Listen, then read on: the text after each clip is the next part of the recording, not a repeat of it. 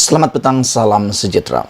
Siapa yang tak kenal dengan Hadi Awang, Presiden PAS yang sering kali mempunyai banyak kontroversi apabila mengeluarkan dalil-dalil yang sering kali menjadi buah mulut para netizen dan pemerhati politik. Ada saja dalil, dan ada saja dalil yang akan menghalalkan ataupun memperbetulkan apa sahaja yang beliau kata. Terbaru, sebagai satu pengajaran, pemimpin utama parti ataupun Pakatan Harapan wajib saman fitnah besar-besaran terhadap Hadi Awang. Semalam, Presiden PAS Hadi Awang telah menulis satu rencana panjang yang terkandung di dalamnya beberapa fitnah besar terhadap PH.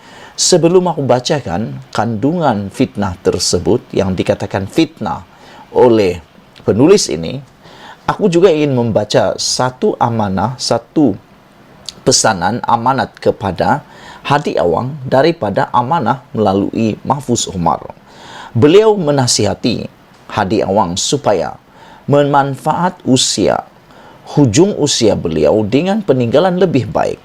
Kita pun semua tahu Hadi Awang seringkali sekarang ini dimasukkan ke hospital gara-gara kesihatan yang semakin tidak mengizinkan. Presiden PAS Abdul Hadi Awang dinasihatkan supaya memanfaatkan usia tuanya dengan memberikan peninggalan yang lebih baik kepada generasi akan datang dan bukannya dakyah politik kebencian. Naib Presiden Amanah Mahfuz Umar berkata ini kerana dakyah sedemikian rupa hanya akan menghancurkan negara selain merobek keharmonian yang dikecapi selama ini.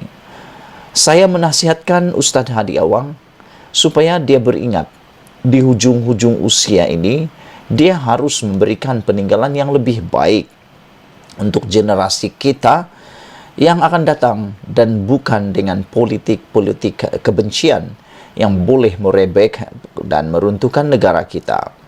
Kerana bagi saya, kenyataan Abdul Hadi itu yang sangat tidak baik untuk masa depan kerana ia akan menimbulkan kebencian dan permusuhan. Katanya ketika berucap merasmikan Konvensyen Pemuda Amanah di Seremban hari ini. Mahfuz dipercayai mengulas dakwaan Abdul Hadi Awang semalam bahawa ramai di kalangan pemimpin PH tidak beriman dan tidak bermoral. Semalam, Abdul Hadi juga ahli Parlimen Marang sekali lagi menegaskan parti Islam itu tidak akan membentuk kerjasama dengan Pakatan Harapan PH termasuk menerusi pendekatan kemah besar dalam pilihan raya umum. Kata Abdul Hadi Awang, ini kerana PH tidak mampu menegakkan keadilan yang menyeluruh kepada rakyat, walaupun kalau gabungannya terdapat parti yang menjadikan keadilan dan amanah pada jenamanya. Abdul Hadi juga mendakwa kerana ramai di kalangan pemimpin PH tidak beriman dan tidak bermoral.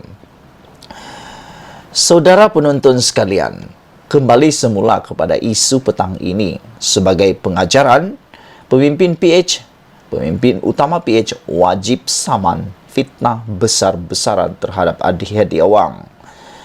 Semalam Presiden PAS Abdul Hadi telah menulis satu rencana panjang yang terkandung di dalamnya beberapa fitnah besar terhadap PH.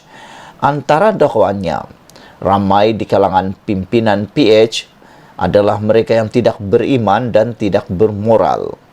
Gabungan pembangkang PH secara terbuka mengumpulkan kumpulan pemberi rasuah dan penerima rasuah di dalamnya. Dalam PH terkumpul kalangan mereka yang nyata bersikap anti-Islam, mengancam institusi raja, rukun negara, asas-asas perlembagaan persekutuan. Bersandarkan hujah-hujahnya itu, Hadi berpendirian untuk menolak seberang kerjasama dengan PH. Apa yang nyata? Sebahagian daripada tuduhan di atas boleh dikategorikan sebagai fitnah besar yang boleh membuat dosa besar jika tidak dapat dibuktikan kebenarannya. Soal PAS tidak mahu bekerjasama dengan PH, itu adalah pilihannya. Tetapi dengan pilihan itu tidak menghalalkan perbuatan Hadi untuk menuduh tanpa bukti dan melakukan fitnah terhadap PH. Jika PAS tidak mahu, PH, jika PAS tidak mahu PH, Hadi juga harus sedar PH beribu kali lebih tidak mahu berkawan dengan PAS. Pernahkah PH ada cuba memikat atau mengurat PAS untuk bekerja sama? Kenapa Hadi tiba-tiba begitu perasan? Kenapa? Jadi kenapa tiba-tiba Hadi begitu perasan pula diurat oleh PH? Pernahkah PH mengurat PAS? Walaupun ada pihak memberi pandangan bahawa tuduhan dan fitnah Hadi itu tidak perlu dipedulikan sangat, kerana kata mereka memang itu sifat Presiden PAS itu sejak dulu lagi. Beliau pernah memfatwakan UMNO sebagai kafir.